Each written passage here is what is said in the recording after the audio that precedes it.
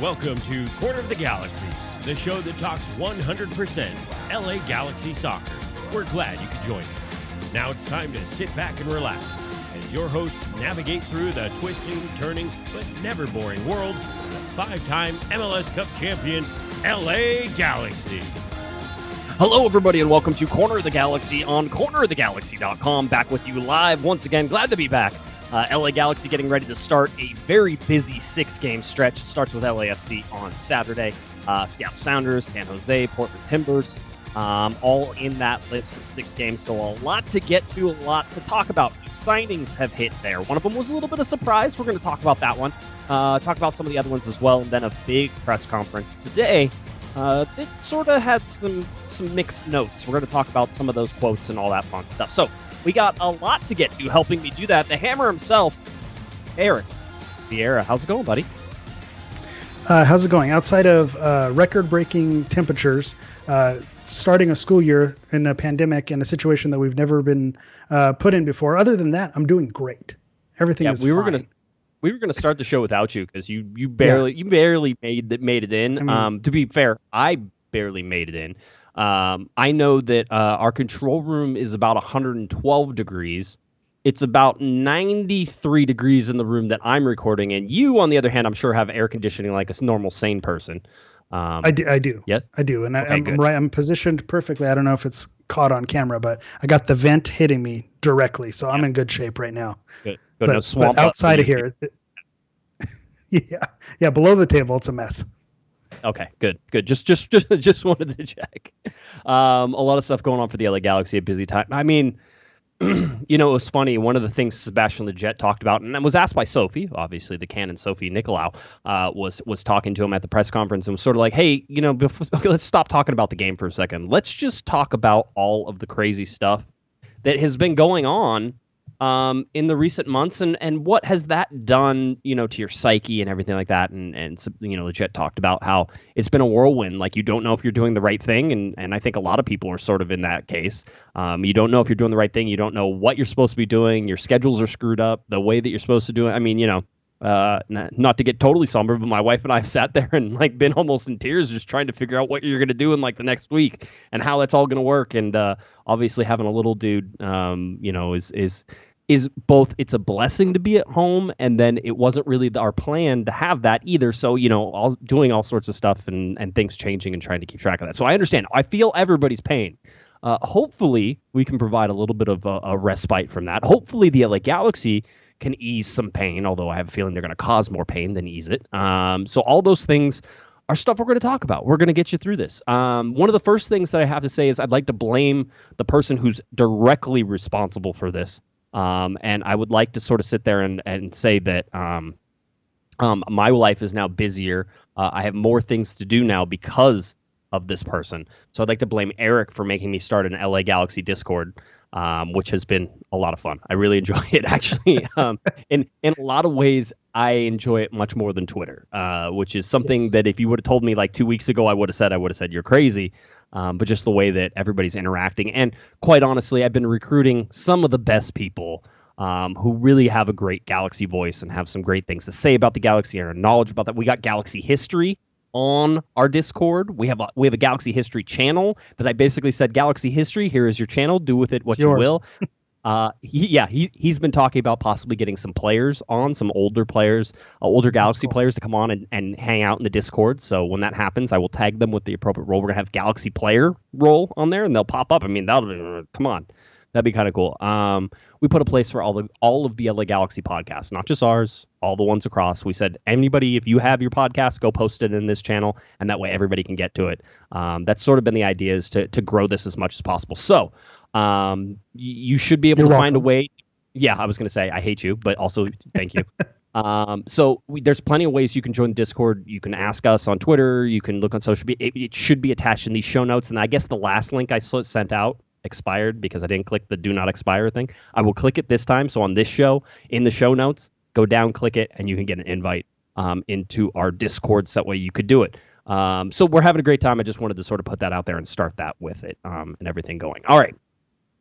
I'll add on to that. Just kudos to you for being active in the Discord and it being not just something where other people interact, but it's being at the Corner of the Galaxy channel, and you being kind of the leader behind it. Is your title CEO of Corner of the Galaxy? What's your official title? I don't know. But whatever it is, just being out there and interacting. Unfortunately, the week that we went live is the week that I have absolutely zero free time, so I haven't really been able to dig in. But and you mentioned it being almost better than Twitter. Twitter was kind of where we lived for our Galaxy news, and you get up to date things, and it's still great for that. But the Discord is almost like a concentrated LA Galaxy specific area for you to have those conversations. And the nice thing about Discord, and the reason, part of why this idea came from, is from Cosmo SC, and we will have an update on that later. Instead of just having interactions on Twitter, when you have interactions on a Discord, and you could separate different channels and have specific windows for you to do things. So it just opens up a lot of possibilities, and it's a lot of fun. You really get your straight Galaxy news right there. It's not out in the public like Twitter is, where maybe fans of other teams pick up things, and you have fodder to go back for it. So it's almost like a safe space for LA Galaxy fans. And you mentioned all the the history that's on there, the other podcasts that are on there. It's just a really fun time. So I'll try to dig in and be a little bit more active and flex my admin privileges while I still have them once I get a little more free time. But it seems like you're handling it well, and everyone else who's been stepping up their game and really interacting. It looks like a great time. So I highly encourage you, click the link, click the link in the description, ask one of us, and we'll get you in. And for the ladies, by the way, you're an admin. Pam Garcia is also one of my friends and an admin, and she's going to be starting a Galaxy Ladies sort of talk as well, which will be limited to Galaxy Ladies. So, guys, I was going to say, hopefully it's a locked channel, and we're not. Yeah, it'll be locked. Yeah, it'll be locked in, and so that way she can run that over there. And if they need either of the admins any help there, we can jump in. But I don't think they're going to need it. But I want to get that going as well. So a lot of fun stuff there. Let's get to some LA Galaxy news. I know we sort of buried the lead on a lot of this stuff. We talked on Monday with Kevin and I about the signing of and are we going with Yony? Because it's like Johnny, but it's Yony. Is that what we're going with? So that's what I heard. From Colombia, it's like Yimi Chara over in Portland. It's Yimi like Jimmy, and it's Yony like Johnny. So we're going with Yony like Johnny. Yony like Johnny. Okay, at least for now, until we can get a real pronunciation on it. There's always someone, trust me. But the signing of Yony González, we talked about that was going to happen. It did come through, pushed through on Wednesday. Thought it might be Tuesday. It ended up being Wednesday. No problems with that. So you now have a 26-year-old right winger. He is a guy who Guillermo talked a whole bunch about.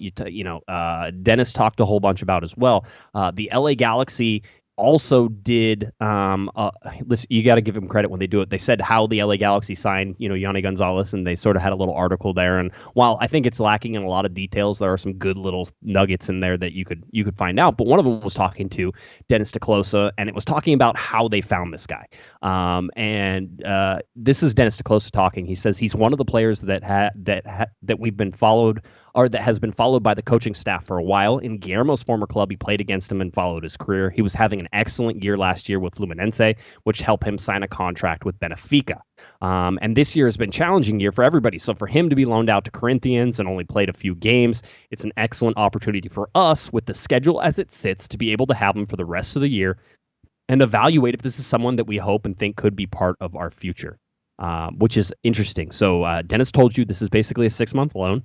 And the reason it's working is that they're not playing soccer down there right now. And so he's going to be able to play soccer up here for the LA Galaxy, which is why Benfica was sort of looking at that saying, okay, that's a good deal for us because, hey, he can get some time and some minutes. I mean, ultimately, I imagine that Benfica sees this player, Yony González, as somebody who they want to keep. So we have to keep an eye on that because the value for him right now is like around 1 million, I think 1.2, like up right around 2 million, let's say, $2 million, which is something the LA Galaxy could realistically purchase and make a TAM player and do a whole bunch of different things over a certain number of years. So you could say, okay, that makes some sense, but being able to try him out, seeing how he fits, not necessarily being married to anything, there's two trains of thought in my mind, Eric, and one is you want to have permanent players. You want to make sure that you sign people who are going to be with your club so you have continuity between season to season because We've seen the door swing wide open back and forth multiple times now for the LA Galaxy, and the reloads don't work because you have to spend time building chemistry. But at the same time, you don't want to be locked into contracts like a Jorgen Skjelvik, like a Pipo Gonzalez right now, where you made a commitment and you got it wrong. So this, in my mind, splitting the baby a little bit, but best of both worlds, loan, see how he plays, see how he does with the LA Galaxy.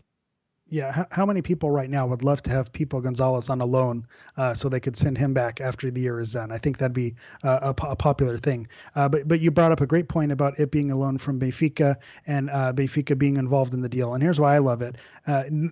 Surprise to absolutely no one, because Benfica is in Portugal and there's that connection there. But here's why I love at least building that relationship with Benfica in Portugal, is because there's a lot of talk about Major League Soccer being a selling league or moving towards becoming a selling league. And if you're going to look at where is the example of being a selling league, that is the Portuguese league, the Liga NOS, which is their top 3 teams they basically make their bank account by discovering young South American players, young Portuguese talents through their academies, and then they sell these players at a premium to European clubs. Players like Bruno Fernandes, players like Falcao is another one who's gone through. Hulk has gone through the Portuguese league. Someone like Freddie Montero even went from MLS to Portugal. There's countless numbers of players. There's some Mexican internationals who've gone to Portugal as well. So that league is really notorious, especially those top 3 clubs, for scouting South American talent and then turning them at a profit. So if he was on Benfica's radar as someone who they were identifying as a top talent, just the fact that, because I heard a little bit of pushback, well, if Benfica signed him and he didn't see any minutes, that's not necessarily a good sign if they were loaning him out. But at the same time, this is the club's MO. This is what they do. They have a list of, maybe I'm maybe exaggerating it, but it almost seems like they have an extra roster of players that they specifically just loan out to see if they turn out, and then they'll bring them back if they do well. So the positive for Benfica is if he shows out and he does well, they'll invite him back. Maybe they'll showcase him and try to flip him at a higher price. And if not, maybe he doesn't set the world on fire, but he does good enough. Maybe it's interesting for the Galaxy to have that loan to buy option, and they can have a player, like you said, to create a little bit more permanence. So it's really a win-win, because you bring a player in who has incentive to play well. And then you also have the opportunity to build a relationship with a club that is known for scouting and identifying young talent. So if you now become one of those feeder clubs to Benfica, who they know they can have that relationship, they can have a player play well at LA Galaxy, and if they do well, they can invite him back. So I think it's a great revolving door, and to have that relationship now open with one of the best selling leagues in the world. I think the timeline on him arriving is what everybody's kind of focusing on now. I don't think it's going to be anytime quick. I talked with the LA Galaxy a little bit. I think they're hopeful that they get the paperwork and that stuff, sort of moving in the right direction within the next week. But I would expect that his P1 visa, which is really what's going to take the longest, the international transfer certificate, which is the ITC, is probably already in their hands, because that's something that gets put through the FIFA computer and gets spit back out. So the ITC is there. They're waiting on the P1 visa, and on a normal day, the government ain't really that fast. So if you look at that, and then you throw in COVID. Any word if Yony is arriving USPS, because I think that might be a problem. That might be probably being shipped. Yeah. Yeah, exactly. No, you are correct to acknowledge that. So we'll see what it is. I think it's going to be at least 2 weeks. It could span into the 3 and 4 weeks. I mean, if you're asking him to be here for these first 6 games, he might make it for the last couple, but I don't see him making it. Now, having said that, very well could get a call tomorrow that says, "Oh, he's on the plane, he's on his way," like that type of thing. I just don't know how to. In some ways, like, flying right now is easy because nobody's on the flights, and so that's easy. And maybe there's not a lot of people requesting visas right now because nobody's traveling, right? So maybe the visa office is just sitting there twiddling their thumbs, not doing anything. I know the LA Galaxy were working on it. So anyway, you look at that. Then you throw in COVID, and people are like, "Well, he's gonna have to be quarantined for 14 days." It's like, no, that's for you and me if we go traveling somewhere and where we don't have tests, right? It's one of those. It's like where you have tests. What they're gonna do is they're probably gonna have them quarantined for a couple days, test them 2 or 3 times in a row, that type of thing. Go through the COVID protocols with that, and then probably let him go in and train with the Galaxy. So I don't think he's gonna be 14 days. It's probably gonna be 3, 4, 5 days. But it's not the 14 days that I think everybody's putting in. So it's going to be a while before he comes. But here's the exciting thing, at least for me, is that whenever you watch highlights of a player, Eric, we've always said everybody looks amazing on highlights. And so it's always, but you're trying to figure out what his style of play is, right? You're looking at Yony González, you're like, how does he play? What is he? And I hear South American, and my bias immediately goes towards, a smaller player, and he's gonna he's gonna be light on his feet, but if he gets any contact, he's gonna fall down. And it's stupid because that yes, there are some of those players, but that's not necessarily South American. I'm a moron. That's what it is. But anyway, you look at him, and I was like, okay, let's see this guy fall over. And I went in and watched him fight through tackles. I watched him invite contact. I like the physicality of it. And Dennis talked about his ability to be a force going forward and the work rate to track back. And I saw that as well in the highlights. So at least I'm seeing the same things as these guys are. And I imagine they've had, it's like, show me his worst game. Where's the highlights for that? Where's the worst? I want to see how bad that gets. Well, the positive is he's not a defender, so the Galaxy highlight reel didn't have a defender scoring a goal as the first highlight. He's a midfielder and an attacker, so at least the highlights were in line with his skill set. And I think we either need to stop hanging out or stop texting each other, because I had the same exact thoughts you did. A Colombian winger, young talent. Okay, this is going to be a smaller guy, maybe Pavone-esque. But you're right. He has a size. He has a physicality. And this is a silly thing to say, but he has a signature goal celebration also. So if you score enough that you have a signature celebration, looking up his stats, okay, maybe he didn't score as many goals as it said, that warrants that, but that shows you a player that has confidence, who's not going to be afraid to go at people, who he's going to come and he's going to want to have an impact on this team. So I liked what I saw from the highlight reel. I think the fact that the scouting system that was already looking at him from Benfica is a good sign. So I'm looking forward for this to be a nice positive in that right wing role, which the Galaxy have been hurting to fill, and hopefully this is someone that can bring some stability to that position. Yeah, it'll be interesting. This was what GBS said during the press conference. He says regarding Gonzalez, he says he's a typical winger. I've known him for the last 3 years. When I was coaching Boca, we played against them in Copa Libertadores. He for Colombia. I know the player we're talking about. We were looking for a player at that position, and he's strong, he's fast, and he has a lot of power. He can work like Pavone on the other side. By the way, there was also a quote in there where he says, maybe he's a different player than Katai, but he can work like Pavone on the other side. So there was a comparison there to Katai and saying he's not the same player as Katai. This is different, but he's more like Pavone, which, I mean, if you're going to take that, I would rather take more Pavone than Katai anyway. So I was going to say, I'll take two Pavones over a Katai and a Pavone. Yeah, it will. Yeah, exactly. As many Pavones actually as you can get. A team full of Pavones, I would go with, right? I say maybe not in goal, but I think 10 Pavones plus a Bingham, and I think we might be okay. Yeah, it'll be interesting to see. I know there's some reports out there. Basically, what GBS told us on at least in English, and you always have to sort of compare with English and Spanish. I can compare notes with my good friend John Rojas, who used to cover the LA Galaxy out west here, and he's now on the East Coast. But he was on the conference call as well. And so he said it all. Basically, GBS told us that he didn't know when he was coming. He didn't know when the paperwork was going to say, and in Spanish. She said it all depends on the paperwork, maybe today, maybe tomorrow, or the next day. There are things we don't control, but we are expecting the good news. Basically, he told us the same thing. We're expecting good news any day, which means any day in the next 2 or 3 weeks, you're going to get that news. So don't be holding your breath for Yony González, even on the bench here at any time. I think that I just looked to what happened earlier this season when they brought in Javier Hernandez and the saga of when the visa was going to finally be clear and when he was going to be allowed to train with the team. That's someone who is a marquee player, someone who they were, banking to sell tickets on, someone who MLS and the big suits had every incentive to try to move as quickly as possible, and there was hangups and hiccups to get that to work. So someone like Yony González, who maybe isn't at that level, if they couldn't move mountains for Chicharito, they're not going to be able to move mountains. So it's going to take some time. It's going to be at least a minimum of a couple weeks, because that's about what it took to get Chicharito right at the beginning of the season. Yeah, it doesn't. By the way, all the talks of a bunch of Pavones reminds me of a question I asked you, which is you're allowed to have Lionel Messi on your team, but he has to play goal. Who are the other two? And you get one of another player to play the other 10 positions. Christian Pavone would not be a horrible answer for that because he can play some deep. We talked about Cristiano Ronaldo because I wanted to do that to you and be like, okay, Yeah, you said know, he wasn't allowed. Yeah, you said I wasn't allowed to pick him. Yeah, that's correct.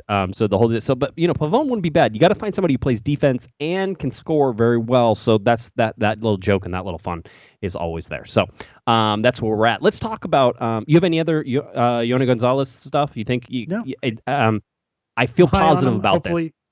Yeah, I was gonna say I'm high on him. Hopefully he proves us right because last time we've been high on some players that hasn't panned out greatly in our last few predictions. Do you know the one that like haunts me the most about recent ones is Pipo Gonzalez, because for all intents and purposes that was the correct signing. They did that right. I can't fault them for that. You have a guy who played in MLS, who knows what it's about, who basically got a World Cup career because of his play at Columbus, goes away to the World Cup, basically gets sold for a whole bunch of money to another team, goes and plays well there, and then you're like, well, duh, bring him back. Like, it's the perfect answer. Yeah, bring him back. And then nothing. I mean, I don't think the Galaxy could possibly get out of that contract fast enough. And we don't know if it's 2 years, because if it's 2 years, it's over at the end of this year, right? If it's 3 years, you have another year of Pipo Gonzalez, and I don't think he's a starter right now. I wouldn't start him, and I have a feeling he starts on Saturday, but that's not me. Yeah. That wouldn't be my choice. So anyway, so that was one signing. Should have happened. It was the right move. It didn't work out. End of story. Okay. Here's a little bit of a surprise one. Yeah, I was going to say, here's a bit of a surprise one. It's a surprise for two reasons, and I've told you that without having people in the office to overhear things and then tell me what they overhear all the time, it's difficult to sort of get a bead on some of these rumors now that are going about. So, a little surprise signing, a goalkeeper, Jonathan Klinsmann. Yes, that Jonathan Klinsmann. No, not that Klinsmann. Yes, that Klinsmann. Is now signed with the LA Galaxy as a goalkeeper. Here we go in terms of, what you can expect from this. He's 23 years old. He grew up in Newport Beach, so hey, that's right down the road from me. I grew up in Newport Beach too, so we're similar in that. He holds both a German and a U.S. passport, so he's a dual national, which means that he can join MLS team and play as a domestic player, so no international spots. He, of course, is the son of Jürgen Klinsmann, former U.S. men's national team coach, but we have to say German great striker. I was going to say, yeah. Leading with U.S. national team coach is a disservice to Jurgen, as much flack as he gets. Yeah, but I guess that you most recently know him from. You might recognize him from. Yeah, I guess his most recent credits. That's fair. Yeah. He's. I don't think he's a great coach, and I think a lot of places he's gone have sort of proven that in a lot of ways. But having said that, he was a great player. And so, his son has been a goalkeeper. His son's been playing with the U.S. youth national teams. He has a bunch of experience there. He went off to Hertha Berlin. Berlin did not really play on the senior team. Played mostly for their two team. Yeah, 24 appearances. Yeah. Go ahead. He had only one appearance for the first team, and it was in a Europa League game. And that was made sure to be included in his highlight package. He had a penalty save to save a draw in that game. So again, you're not getting a lot of first team experience, but you are getting a domestic player. And we were talking about Yony González and him probably not being able to be with the team, but someone like Jonathan Klinsmann, because he is a dual national. He's already in training. There's already a video of him working with the team and making saves. So that issue of him being available, I don't think he's here to displace David Bingham as the number one goalkeeper, but he is going to be able to be part of the team and contribute in whether that's with G2 or just providing depth on the first team roster. Yeah, and that's the important thing to see. I mean, I know people want to get rid of David Bingham so fast that they fall over themselves whenever they're like, oh, the Galaxy signed a goalkeeper.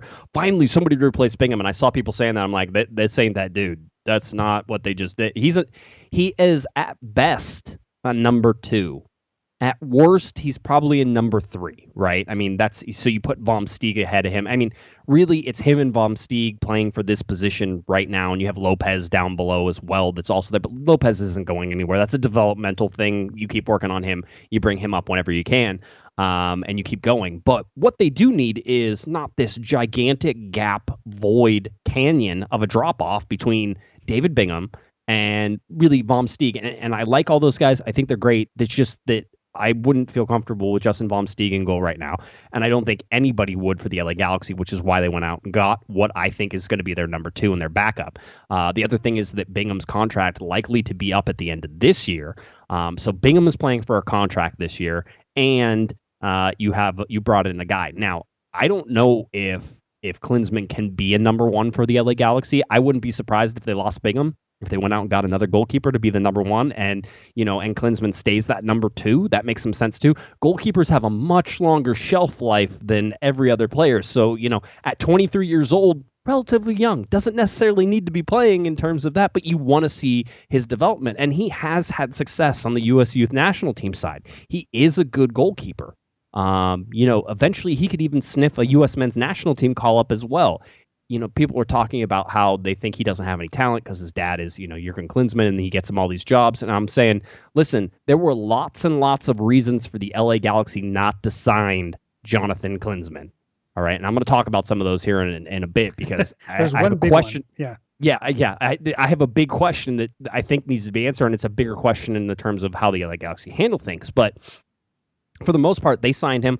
I think it's a good pickup. He's a domestic player. He doesn't cost an international slot. All those things are good things for me because, Eric, I scream on our group text all the time. I scream, do not spend international spots on defenders and goalkeepers. Don't do it, please.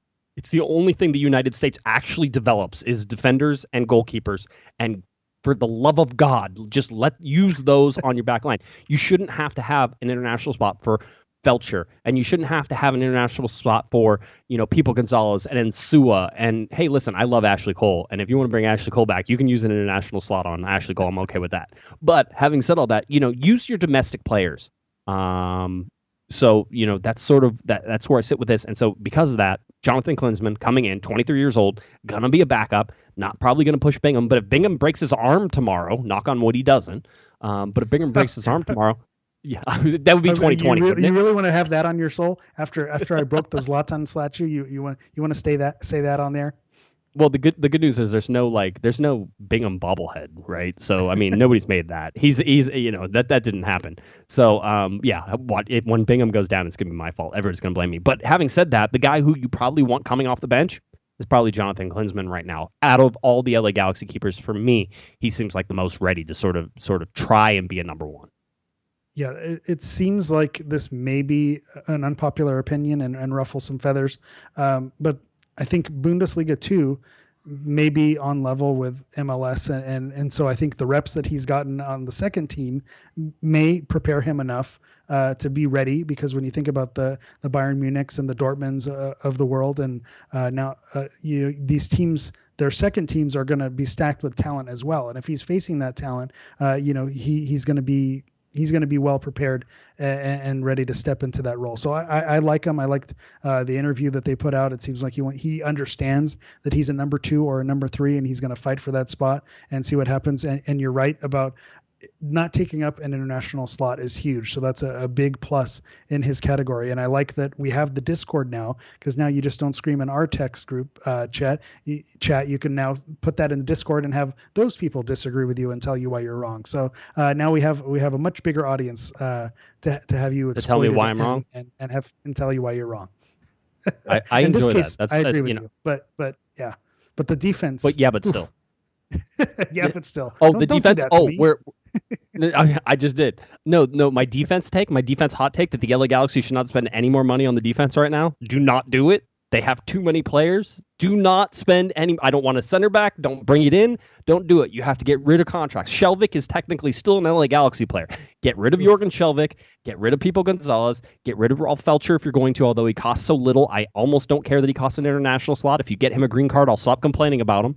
All those things, do that, and then bring in some guys, because right now it just feels like it's just a mountain of players at defense and nobody can play there. It doesn't make sense to me. Anyway, let's talk a little bit about Jonathan.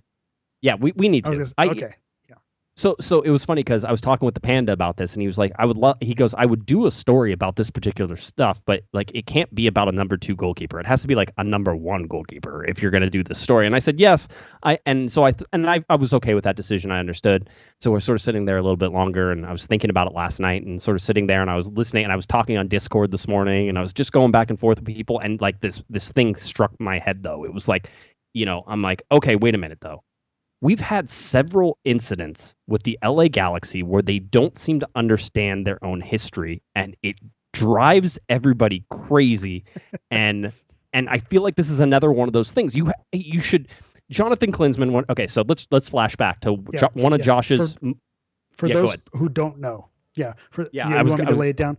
Okay, so for those who don't know, in 2014, Landon Donovan, those of you who have been supporting the LA Galaxy since before 2014, it's a World Cup year. Landon Donovan famously was cut from the U.S. national team that was traveling to Brazil. So that was a decision that was made by Yony González. It sent shockwaves through the U.S. national team community. It sent shockwaves through the LA Galaxy fan community. It was a shock decision.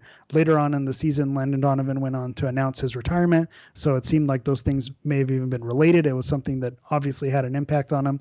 But on the day that Landon Donovan was cut from the roster, Jonathan Klinsmann, a then 17-year-old youth national team player, sent out a tweet basically saying, ha ha ha, Donovan didn't even notice until my phone notified me, and a bunch of laughing emojis, and then ha ha ha. So he basically danced on the grave a little bit of Landon Donovan on the day that he got cut. So that's the history by his dad. Of this player. By his dad. Yeah. That's the important part, and we'll talk about it. Yeah, go for it. Yeah. So anyway, I would like to go back and tell you a little bit about what was happening during that time for me, because having been a relatively new quote unquote reporter with this stuff, I was keyed in on a lot of the stuff that was going on. And I was there the day. As a matter of fact, it's funny because a lot of times I get enormous amounts of crap from my father, who I work with, whenever I want to go cover a Galaxy thing that's like in the middle of the day. And I'm like, hey, I need to go cover this. And then I just get stared at and be like, yeah, I'm sure everybody here would love to leave their job and go do this stuff. I'm like, yeah. I work like all these different hours. It's fine. I'll be good. So I usually break away.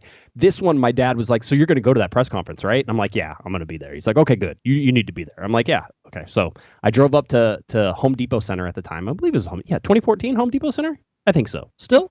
Yep. Yeah. Okay. Yes. StubHub Center? Not StubHub Center. Home Depot Center. No. Yeah, I know. StubHub Center. It may have been I don't know. Whatever. Because I think, whatever. I have a shirt somewhere in this. I drove keep up talking, to the I'll find the shirt. stadium. Yeah, I drove up to the stadium. And I went there, and there were all these cameras there, and stuff was going on. And I remember Landon Donovan walking by. He goes, "Why are you guys here?" And we're like, "Oh, well, we'll see how." He goes, "I'll see you guys in a little bit." And so everybody was laughing, that type of thing. They went through training, did all that stuff, came back. And then Landon had his press conference, of which I was like in the front. There was a weird setup. They had reporters on both sides and then cameras down the middle. It was just, for being out in the field, and there are 20 cameras or whatever it was. So I was there, and I ended up being on a bunch of different covers of like ESPN, like the front page of the ESPN website, Fox, like the front page of that, because one, I had a distinct shirt on, and two, I was directly in the front. And I remember doing that, and Landon and I had talked a bunch beforehand and like at different times throughout the year, so he knew me. And I remember thinking, I'm never going to get my question asked because there's too many people, blah, blah. And so I started talking, of course, with 17 million other people who were talking at the time, right? And Landon like pointed at me. He's like, no, what'd you say? That type of thing. Like he grabbed my question. I got to ask my question. It was the thing. But I remember how hurt he was in this press conference. He did not know it was coming. I like all the people who are like, no. He knew, and he was crapping on Jurgen and all this stuff. Now, he didn't know it was coming. Jurgen blindsided them. And then to sort of see Jonathan Klinsmann come out with that tweet, which, by the way, he deleted Twitter after that tweet. Yeah, his Twitter disappeared. Yeah, it wasn't I deleted the tweet. He vanished from Twitter. Yeah. Yeah. So anyway, this was the thing. I mean, you got it right. He danced on the grave, right? He danced on the grave of Landon Donovan. Landon Donovan, one of the all-time greatest U.S. men's national team players. I think he's the greatest. One of the all-time greatest LA Galaxy players, Galaxy legend. You have this kid, and he was 17, right? We say stupid things when we're 17, but at the same time, at 17, you sort of have to understand that your words have meaning. So there was lots of stuff, and I'm sure he will have a chance. But my whole argument about this is, it seems like the Galaxy don't care about that, and I don't know if they should or not, right? Because you had, let's go back a little bit. Jermaine Jones, whenever he comes to the LA Galaxy, he wants the number 13, but the number 13 had been retired for Kobe Jones. But all of a sudden was, by another Jones, right? And all of a sudden it was another, it was like, oh no, it wasn't retired. The whole, it's like, do you not know the history? Like, people followed this and looked at it. And I remember the Galaxy trying to explain it and stuff like that. And I'm like, okay, cool. Like, to me, it doesn't bother me that much in terms of I hate retired numbers. I think they should not do it, but they did it. So they should probably not use that number. So there's Jermaine Jones. And then it's not even so much like a history thing, but just like an optics thing, which is, Robbie Rogers comes to the team. He does that. He's here, first openly gay professional sports player in the United States. Does all this thing, actively playing things, and then they go and sign, Chick-fil-A as a sponsor, and you sit there and go, wait a minute, these things don't jive with what you're trying to do. Yeah. And so my question is this another example of the Galaxy not understanding the history, not trying to explain it? Does it even need to be explained? Do we just let it go? Like, I'm of the opinion that we should let it go. It's not that big of a deal, but it feels bigger when you go back and think about that time. Yeah, I think 6 years removed, and the fact that Landon Donovan's not on the club, he's not coaching the second team, he's not involved with the organization in a role, I think, it doesn't need to be acknowledged or discussed. They could sign him. We've had a nice American player from Southern California. We brought him in. I get not making a big deal out of it. So I think, that it's not as big of a faux pas as the Jermaine Jones wearing 13. And that was a weird one too, because Kobe Jones had an Instagram post about how he had a discussion with Jermaine about allowing him to wear the number. If it wasn't retired, why does he need to allow him to wear the number? So that was just like an odd thing. And then again, with the Robbie Rogers, while he was on the roster. So this, having been years ago with a player who's no longer on the team, I get where they're coming from. Fans are not going to forget, and they're going to bring it up, and maybe they'll be a little bit sour about it, especially because, like you said, Landon Donovan is one of the greatest LA Galaxy players ever. The reason why a lot of people are LA Galaxy fans are because of Landon Donovan, and if they were going hard for him in 2014, then they're going to remember that this happened to him. So I get they're fair to bring it up, but at the same time, we shouldn't judge someone by a tweet when they were 17. And the important part, and you brought it up as well, is maybe you there are certain things that cross a line, and that's okay. But this is someone who was supporting their dad. It's different than Tika Tai. It's not someone who was making racist remarks. It's not someone he was racist against Landon Donovan. Can I say he was racist against Landon? No, that doesn't work. No, I know what you're that doesn't play. So it didn't cross those lines. So there are people who are 17 and maybe tweet some things out where it shows that there's consequences for it. This, to me, is it in poor taste? Yes, but it's someone who was supporting his dad. He was in his dad's corner. I'm sure when he was at home, he was hearing frustrations, and he probably had whatever the cards were stacked against him.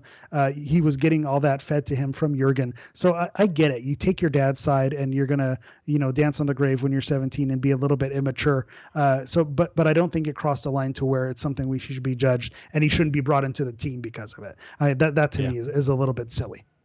Everybody tweets stupid things all the time. I once tweeted that Charlie Rugg was going to be, rookie of the year. So I understand, and I'm like I said, I think I was talking to Chris Tucker, and he's like a 17-year-old tweeted something stupid. You don't really need to wake me up for that. I understand that sort of makes sense. And I said, 39-year-olds tweet something stupid. I go, this is the same thing. I mean, you're going to say stupid things whenever you put yourself out there enough.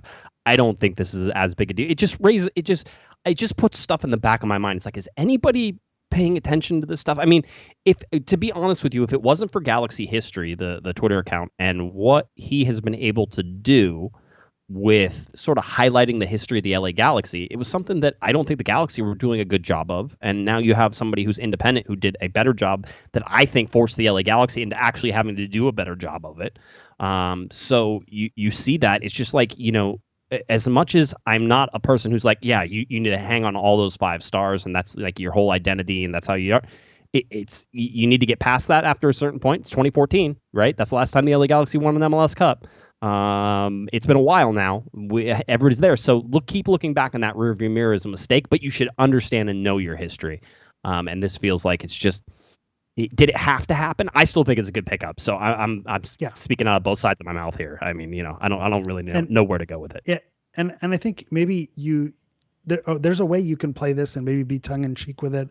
I don't know. Maybe being tongue in cheek would rub people the wrong way. But if Klinsmann acknowledges it, wears a Donovan jersey or apologizes or does something to just say, listen, I see you, I hear you, I get it, I'm sorry, and let's all move past it. That would be a good PR move as well. To have some fun with it and not necessarily let it hang over his head and have people crucify him for it. Maybe he could come out and do something, or if the Galaxy are aware, work with him on some type of messaging to make things right. They had a chance at this, and I just realized they had a chance to make this perfect, Eric, and they could have had Donovan just tweet out this signing announcement with, ha ha ha, Klinsmann, ha ha ha. I didn't even notice until my phone notified me. They had a chance to make it perfect. Yeah, it's all good. And by the way, the chat room is asking who Charlie Rugg is, and now I feel old. Oh no! and I'm like, come on, really, guys? I mean, big kid, good movement. Thought he could have been rookie of the year. Really, really, I still believe that. I just don't know what happened. I'm not that good at this, apparently. That's right. Let's move on. A little press conference information. Press conference held today was not streamed. I thought it might be, so I was sort of hanging there. If you're in the Discord, you got the play-by-play from me. Another reason to be in the Discord, because it's easier for me to type that stuff in the Discord than it is on Twitter. So I had most of it paraphrasing stuff, but I wanted to get through some of this stuff. I'll tell you right now, just basic observations from this. The LA Galaxy don't seem like they're any different. It was sort of, it was business as usual, and I understand that. This is a weird year. I'm not sure how to judge this year. I don't know how to judge most of this stuff. So, looking at what's going on this year and sort of how that comes about. It was Guillermo Barros-Schelotto. It was Sebastian Lletget. It was Jonathan Dos Santos. So it was good to see Dos Santos. Whenever he was listed on there, it was a good chance that he was going to be available to play this week against LAFC. He says that he is feeling much better, that he'd been training for months in pain, and now he doesn't have any pain anymore, which is a good sign. He had hernia surgery, just for everybody a reminder.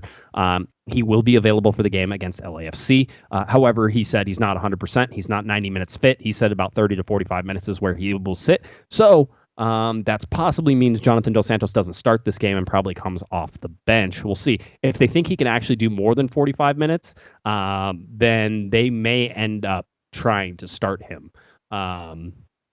If you can go so my minimum for a starter, Eric, is always like you have to be able to go at least 60 minutes. That's sort of like my starter ideas. I need you for 60.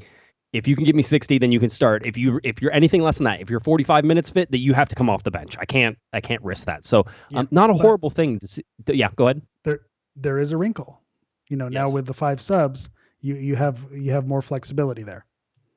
And I think that's where maybe he's not 60 minutes fit. If he is, good for 35, 40 minutes, you're not burning a sub. And given how GBS likes to utilize his subs or lack thereof, if Jonathan Dos Santos goes down and feels like, maybe I'm pushing it a little bit too hard after 30, 35 minutes, then you have the opportunity to sit him. To me, I don't know that coming off an injury, you want to rely on what he can bring as a starter. So I think maybe you save him and use those 30 minutes, maybe later on in a game to catch his rhythm and to get with the game already in progress so he doesn't burn himself out. So that's my thoughts. Those are my thoughts on it.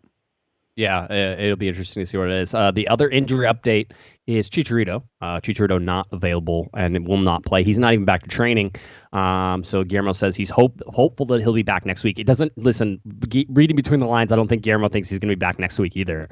And now I've taken flack for this. I'm going to say it again. So Guillermo was speaking English, and obviously it's his second language. I understand that, no problems.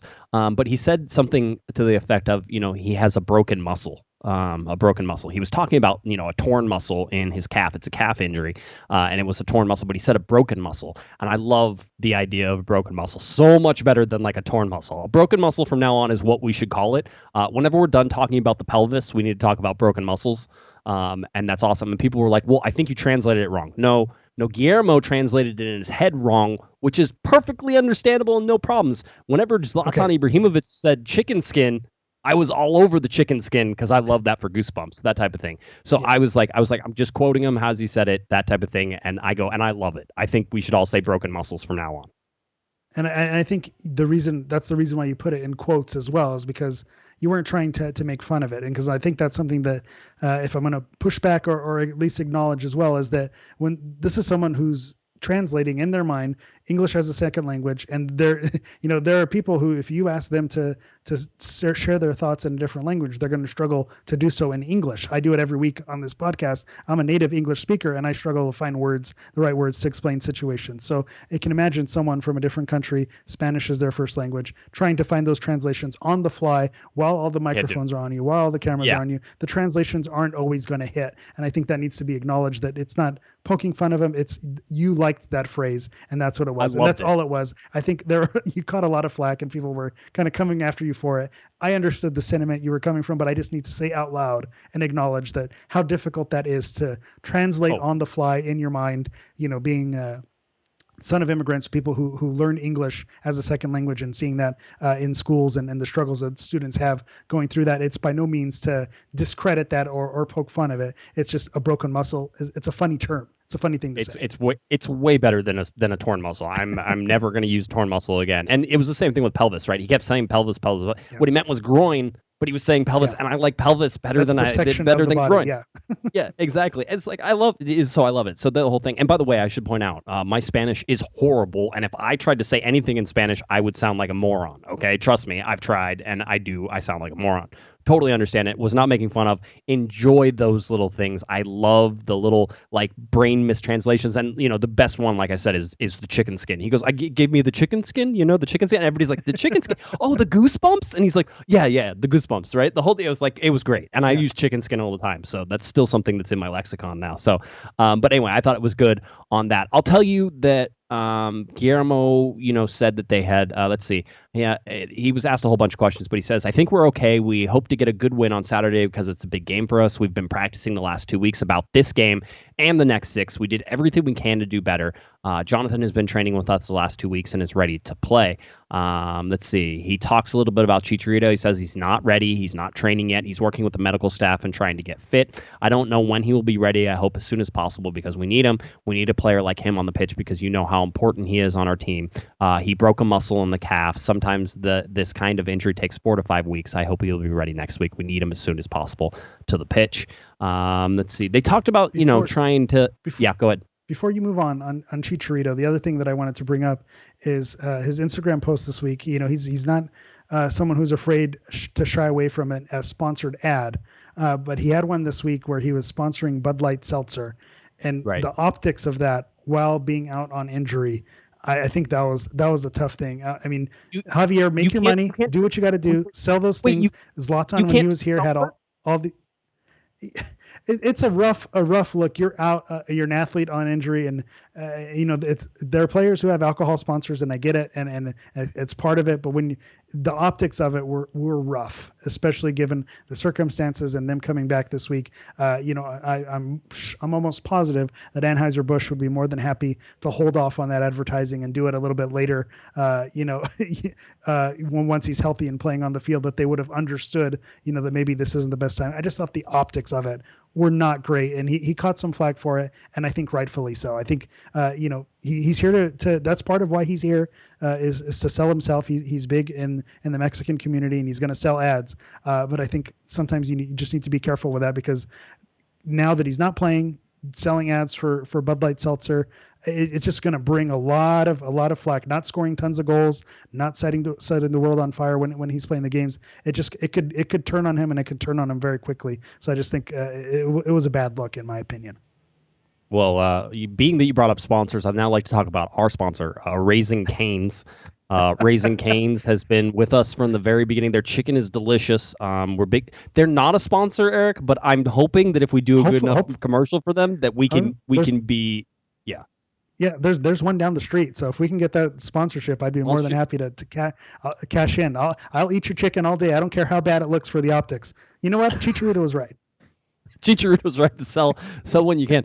Now, I know at Chipotle you get like a card, right? You get a sponsor card that gives you like free burritos. Remember when all the LA Galaxy players were getting free Chipotle cards? Yeah. Omar started it, and then AJ got one. Yeah. Yeah.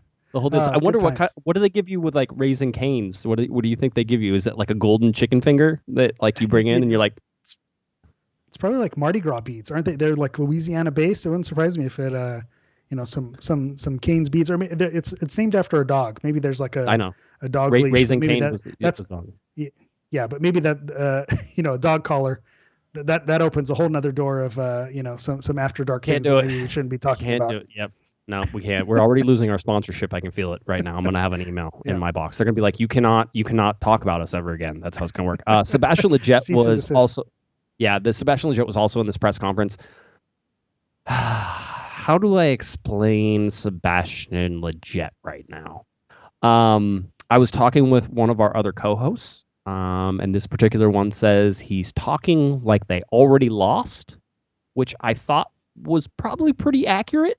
Whenever you think about what's going on, I don't know where his head is at. I don't know that if it feels like it's on soccer, it feels like he's saying all the right things, but the body language and the way he's saying it just is not. It doesn't feel right to me. And it hasn't felt right to me. I think the pandemic is taking a toll on him, certainly.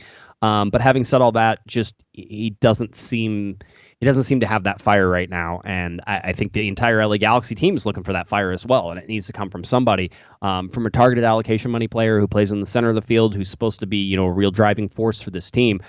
He's been bad so far this year. So I won't go over his quotes, but it's something that I think if you have the time, go back and watch the press conference and see what he's saying and sort of how he's saying it and where it's at, and understand, the LA guys. The one thing I would say, they asked about optimism is like, can you feel, do you feel like you can feel behind? And he's like, well, if you've seen the results, I don't think, the results tell us that there's not a lot of reasons. And I agree, by the way, that's correct.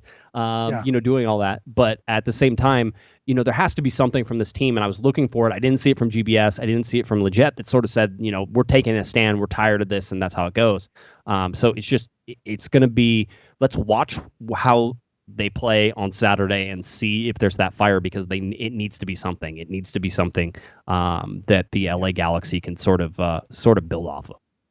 I think you bring up a great point about who is that going to come from? Is it someone like Jonathan Dos Santos? But if he's not going to be full match fitness, then you can't look to him to be that engine, to be that spark, to fire everyone up.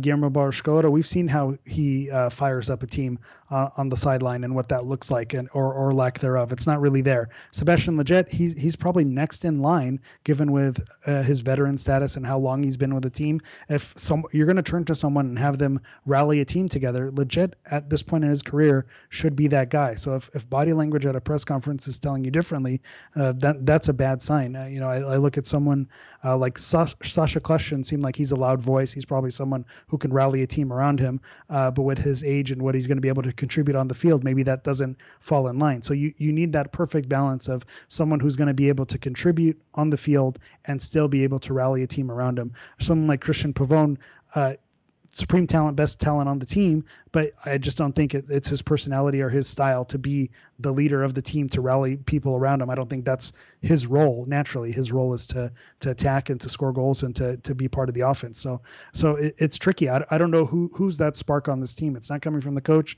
It's not coming from the field players who are going to be there on Saturday. So it is concerning, and that is worrisome.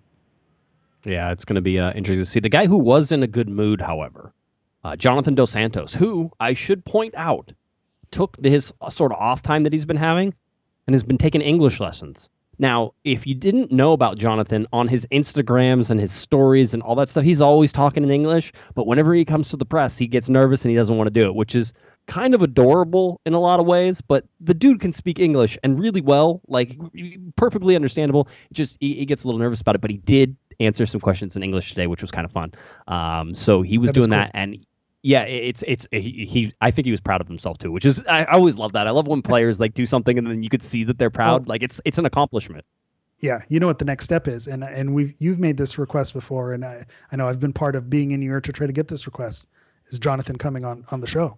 We now need to get him for a few minutes, even if it's just 5 minutes. I think with his personality and I talked about someone who can rally a team and get people behind him. He's endeared the LA Galaxy fan base. So to have him come on and showcase that personality in English would be great. Yeah, it would be fun to see. He talks a little bit about let's see. He talks a little bit about just the difficulty of not being with the team in Orlando and how the injury, came 2 weeks before Orlando. And the last time, that he watched the Galaxy play, he thought that they played well, but they made mistakes. That was basically what it is. And if there was any sort of theme that's going on, it's GBS saying that, we were in all of these games, we just made mistakes. And Leggett said the same thing. We were in all these games, but we made mistakes. And, it's one thing to say, okay, yes, that might be true. And if you're going back in those games, they were in most of those games for a while. The LAFC game is the one where you sit there and say, yes, you were, but in the second half, you didn't show up and everybody else sort of, LAFC did. Is this like a legalese thing? We were in those games, yeah, because technically our bodies were checked in to those games. They were in those games, but we were there. They made mistakes. It's like you can't say we weren't in those games. We were on the field. So, but there were parts of those games where they were not in those games. So maybe that's something you need to tell yourself to keep yourself motivated. Because if you say we don't have a chance, we played horrible, we weren't in that game, then maybe there's nothing to build on and you lose morale there. So maybe it's just a psychology thing to say those things. But it is different than what we saw. Yeah, it is. And so, that's sort of the whole thing. We'll see how much Jonathan can sort of be a part of this team in this particular game coming up against LAFC. It's going to be interesting. We gave you the injury updates. Chicharito out. Jonathan Dos Santos is cleared to play, not 100%, probably comes off the bench. Wouldn't be surprised if he started, Eric, but with 5 subs and being able to affect that, like you said, I would expect that he starts on the bench. Just rumor checks real quick. Jonathan Klinsmann signed. Yony González signed. Jordi Luis is our only sort of still high profile. I really want to push that Gonzalo Higuain one up a little notch and start to make that happen as well. But it's been radio silent. So you look at those, I don't see a bunch. Dennis said they're not done. He said they're not done. They want to find more players and that they want to bring it in. I still think there's a central attacking midfielder somewhere in the LA Galaxy's future. I think it might also be a center back. They don't listen to me, so there could be a center back in there as well. But between those two, I'm looking at the spine, which is you get Chicharito back, and then you have Pavone on the left and Gonzalez on the right, Yony González on the right. You could put a central attacking midfielder in there. You have Jonathan Dos Santos playing. You have somebody like, Joe Corona and Sasha Kleshin. You have the bodies to fill there. You have defensive bodies, and I think if you make the spine stronger with a central attacking midfielder, that you won't get countered through the center as much. So I would like to see that as well. So I think there's still some time, and I believe the transfer window doesn't close until like October. So it's got a really long way to go before this all shuts down again. So everybody just sort of buckle up for a little while. There's plenty of time to make some moves. And the other thing to consider is the European season is going to kick off around October in that time.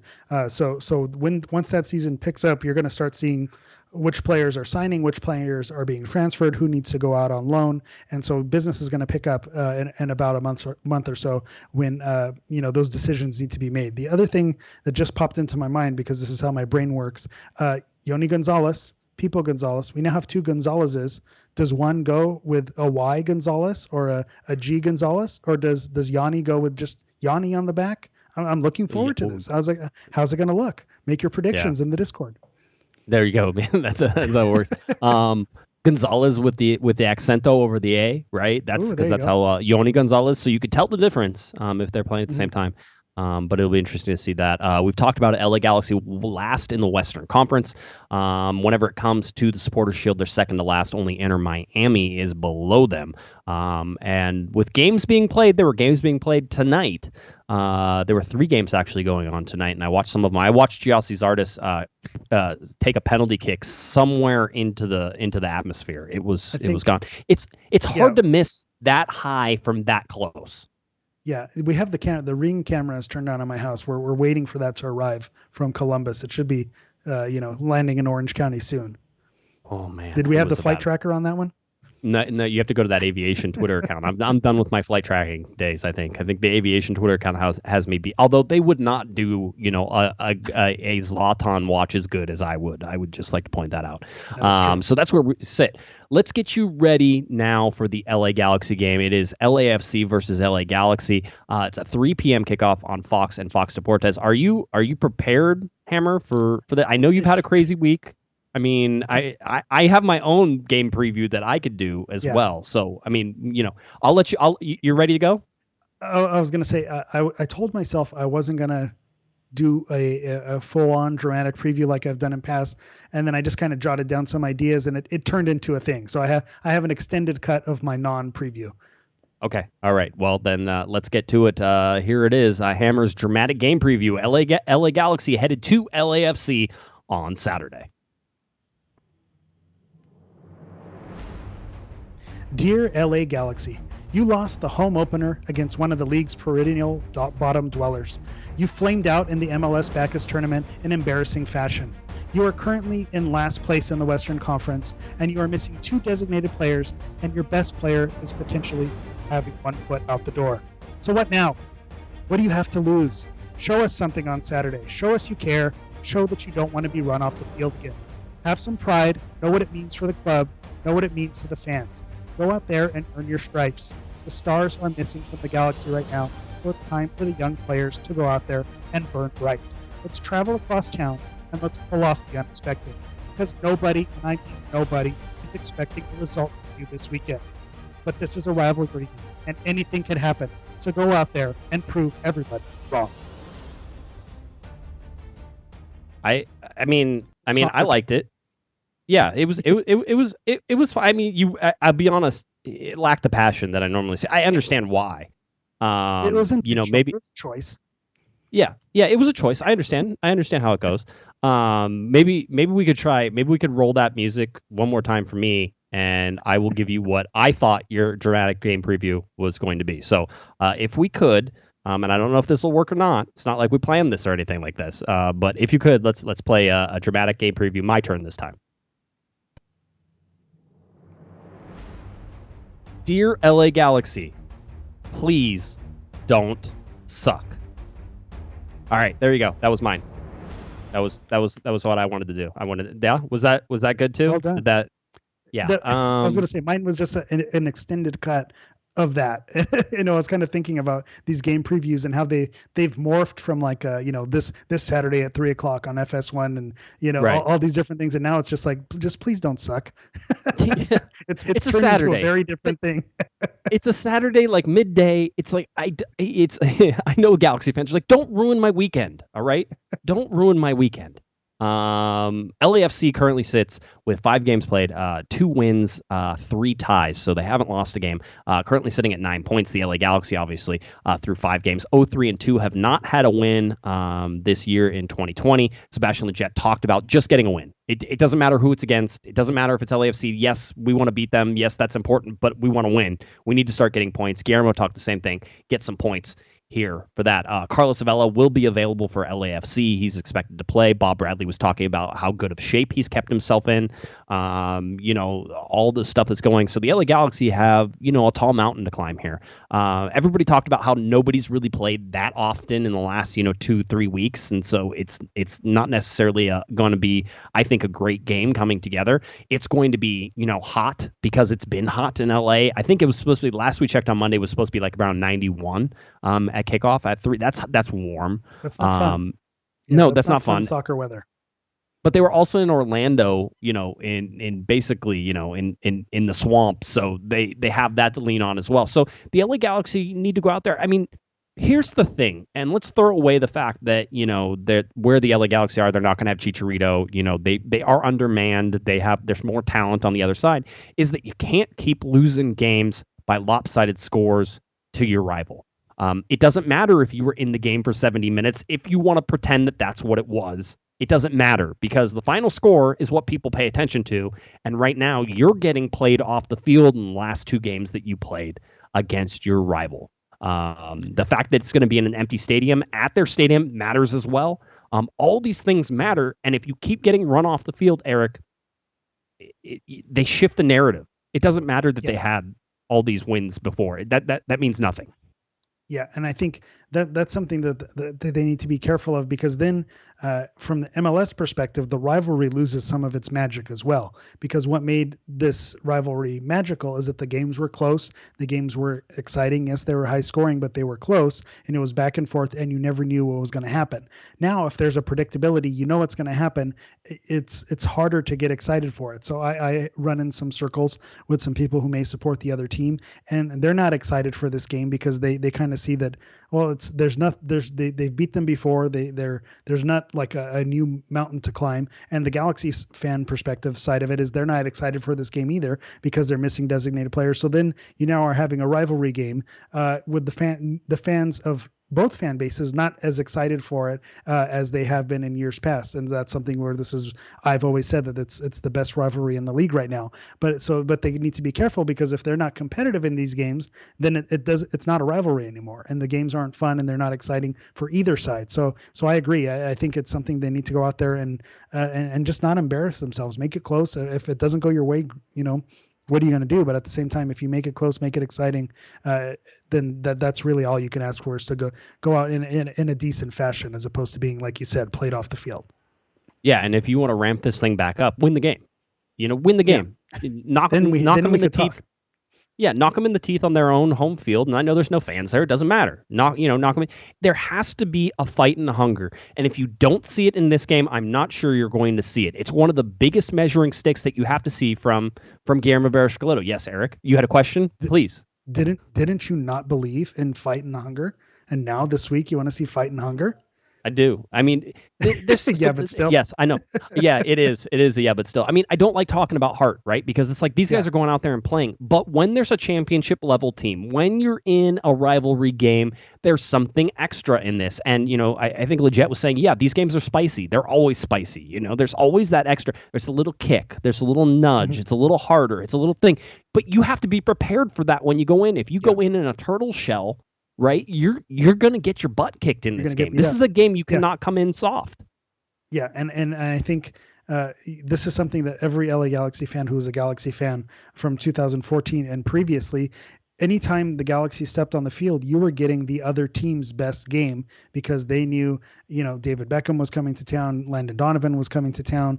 All these players, they wanted to show up against those players that opposing fans bought tickets to see in their home stadium. So you always got every other team's best. So unfortunately, the tables have turned, and you're now on that other shoe where you want to say, no, this other team's getting all the accolades. Let's show them what's up. Let's give them our best and give them a game when no one is giving us a chance. You ready for 538? Yeah. Oh, please tell me what 538 is going to. Can I have the job at 538 predicting these games right now? I could do this. Go ahead. So 63% chance for LAFC, 20% chance for LA Galaxy, and then a 17% chance for a draw. So I looked back for the MLS's back game, and it was 57% LAFC and then 25% LA Galaxy. So it's dropped 5% for LA Galaxy and gone up 6% for LAFC, which, given how they played, that's on par. It's exactly what I expected. And the other kind of disheartening thing is, if you go to 538 and you see the slate of games for MLS this week, there are only two other teams with lower percentages to win, and that is the Vancouver Whitecaps away at Toronto FC, and then Nashville away at Atlanta. So the Galaxy is being mentioned in the same sentence with Vancouver, who I mentioned, a perennial bottom dweller of the league, and Nashville, a first-year expansion team who wasn't even able to play due to COVID concerns. They're in that conversation of the three teams with the lowest percentage to win. So again, there's nothing to lose. They got to play for it all, and like you said, show some fight, because that's really all they can do, because the talent might be there, so you may need to show it with effort and heart and physicality. And that's something that's actually proven to work against LAFC, is when teams are physical and they rough them up, those are the teams who are successful. Yeah, it's going to be listen, they're undermanned. There's more talent on the other side. If you had to make me bet all my money this year on who could win the league, I'd put it on LAFC. In this game, if you're you have all your money, it would be LAFC. There's no argument here from everybody, and I know Galaxy fans see it as well. You can tell. But you need to start seeing some improvements. I don't expect them to win this game. I'd like to see a full 90-minute performance. And if that means it's a loss 2-1, if it's a 1-1 draw, if they are, manage to squeak a result out of this, and they did better than I thought they were going to do. They're not going to get better until really you get Yony González on. They're not going to do better until you get Chicharito back at the top of the formation, because that's how this team was built right now, and that's how they're supposed to be playing. And so without him, you have somebody like Zubac. You could put Pavone up top. You could move Araujo into one of the midfield sections. positions and then move somebody else over onto one of the other wings. There's a lot of interchange that has to happen when Chicharito's not there. Another reason why the LA Galaxy should be going after a second striker / backup striker for Chicharito is that too much changes whenever he's not available. So all of those things are there. It's all things to watch. Let's see how GBS sets up the defense. Last time, Gonzalez was benched. Does he stay benched? Does he come back? David Bingham, where he's at. Does Jonathan Klinsmann make the number 2 spot already? Is he already into that? I don't think so. I wouldn't do it this soon, but yeah, I mean, I could see GBS doing it. So lots of things to watch. 3 p.m. kickoff again on Fox and Fox Deportes. It's an over-the-air game, which is another reason why the LA Galaxy should really try hard not to suck. Because it's going to get a large rating and there's going to be a lot of people watching. So with that, do you have a prediction? Always after 5:38, you said 2-1 would be a good loss. Do you have a prediction on what actually is going to happen? Yeah, I think it's. I think the Galaxy do have a response for this. I don't think they can come out as flat as they have. I would say it's going to be a 3-1 loss for the LA Galaxy, but. I don't know if they score from the run of play. That's more interesting to me, is whether or not they score from the run of play, or if it's another penalty kick that was manufactured by Pavone.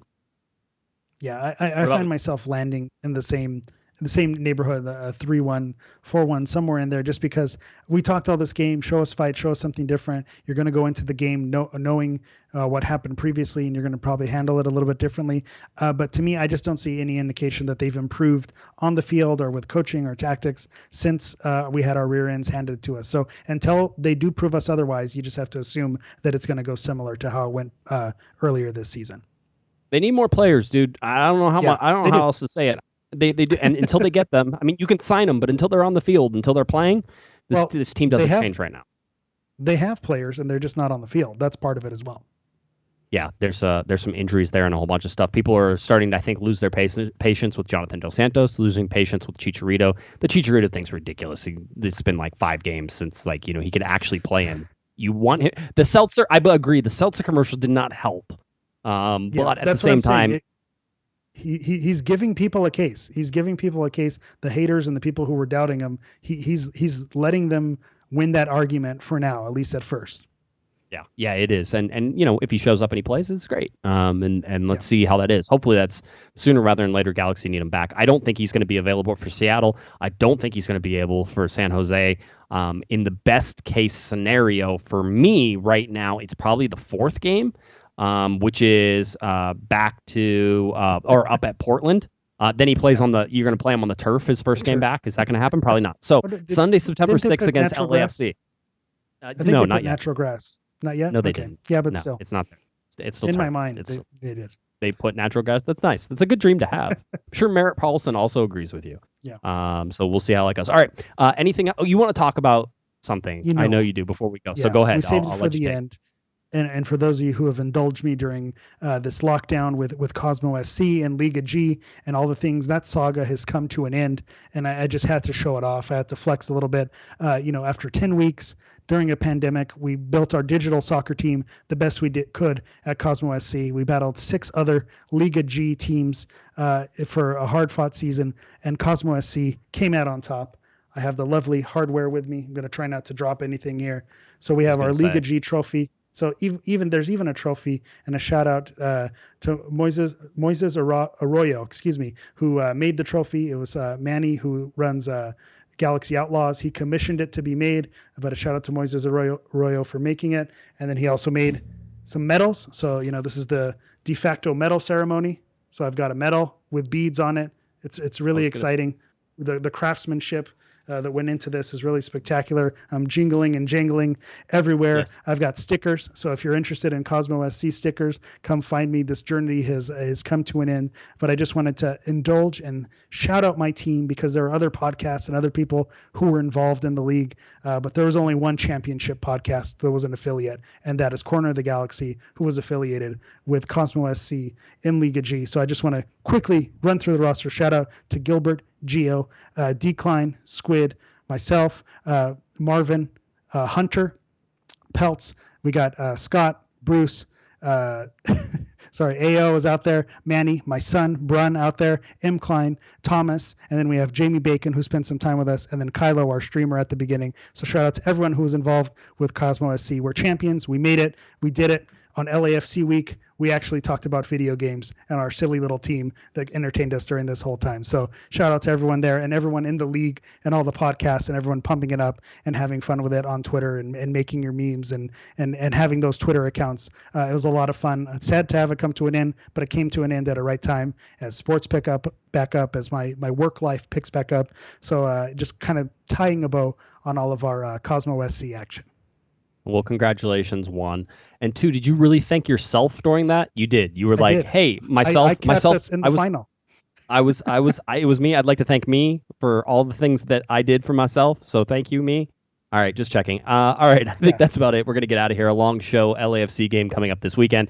Lots of games coming up. So a lot of podcasts, a lot of things going to happen here. Pretty rapid fire. So everybody tuck in. Somebody asked if they should worry about their liver on Saturday. I would. So just, take it easy, breathe, try to stay out of the heat, find some air conditioning. Don't be in this room that I'm in right now. Do all those things, and I think you'll be okay. Enjoy a seltzer, a Bud Light seltzer. After everything I said, they are delicious. I would recommend them.